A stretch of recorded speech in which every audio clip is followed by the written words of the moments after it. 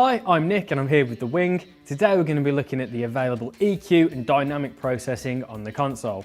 Let's jump on in. If you select a channel and then press the home button on the display, on the left hand side of the screen will display your channel strip. The third option down is your gate, so let's select this. If you don't see the option for a gate on your channel strip, you may have a bus, an auxiliary or a main output channel selected. To activate the gate on your channel, press the on button in the top corner. The parameters for the gate can be adjusted using the touch screen or the encoders beneath the screen. On the right hand side of the display, you can adjust the parameters for the envelope. In the top right hand corner is the key source option. The key source will allow a different source to trigger the gate. This is extremely helpful for side chaining. Simply select the option and a drop-down menu will appear. You can then select the source that you would like to trigger the gate. Next to the key source will now be a key tap option. This will allow you to select the tap point on the key source signal. You can also adjust the filter for the gate. This is done in the same way using the drop-down menu. In the filter menu, we can change between a flat, low pass, high pass or band pass filter using another drop-down menu. Below this is also the key solo option. The key solo will only play the key source through your monitor output, not from your main output. When you are done with the key solo, simply press the key solo button again to disengage or the clear solo button on the display. Once completed, press the done button.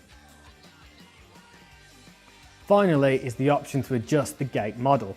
This is done from a drop-down menu in the top left corner. Once the drop-down is open, simply select the gate model that you'd like to use. Please be aware that if you return to a different gate that you've previously used, all settings will be reset back to their default state, other than the key filter and the key source. Underneath the gate on your channel strip on the left-hand side of the display is the EQ option. As with the gate, ensure that this is engaged when you would like to use it. The EQ can be adjusted using the touchscreen or the encoders below the screen. The encoders below the screen will only control the band that you have selected at that time. So either press on the digital display or on the list on the right hand side of the display to select the band. There is also a band solo option. This will play only that selected EQ band through your monitors.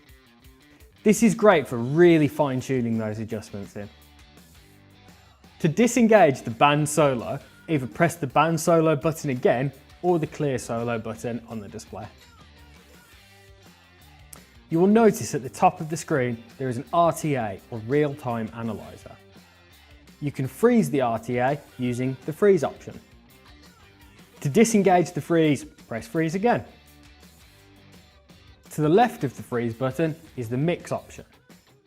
This controls the wet-dry mix that your EQ will have on the channel.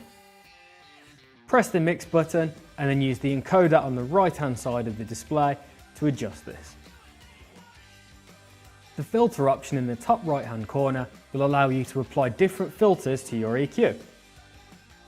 The default option you will see in the filter menu will be to add the low cut, the high cut and engage the tilt EQ mode.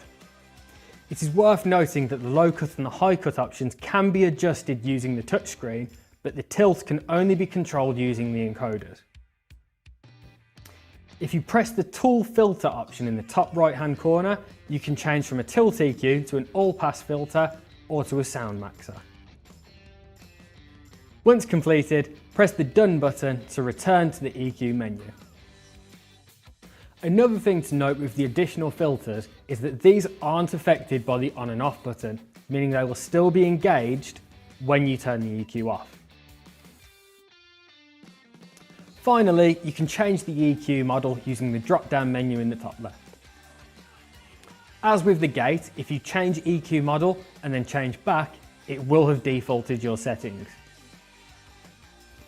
Finally, let's look at the compressor. It's located just below the EQ. Similar to the gate, you can control all parameters using the touchscreen or the encoders below the screen.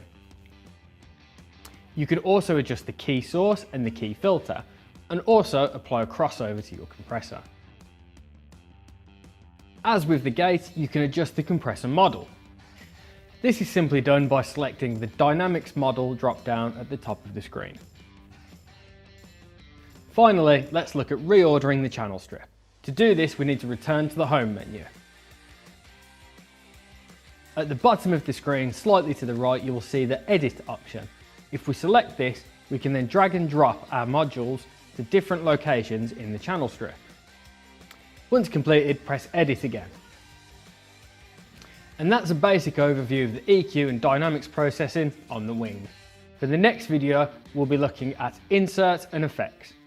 Remember to like and subscribe to the channel so you get notifications of when new content is available. Thanks very much.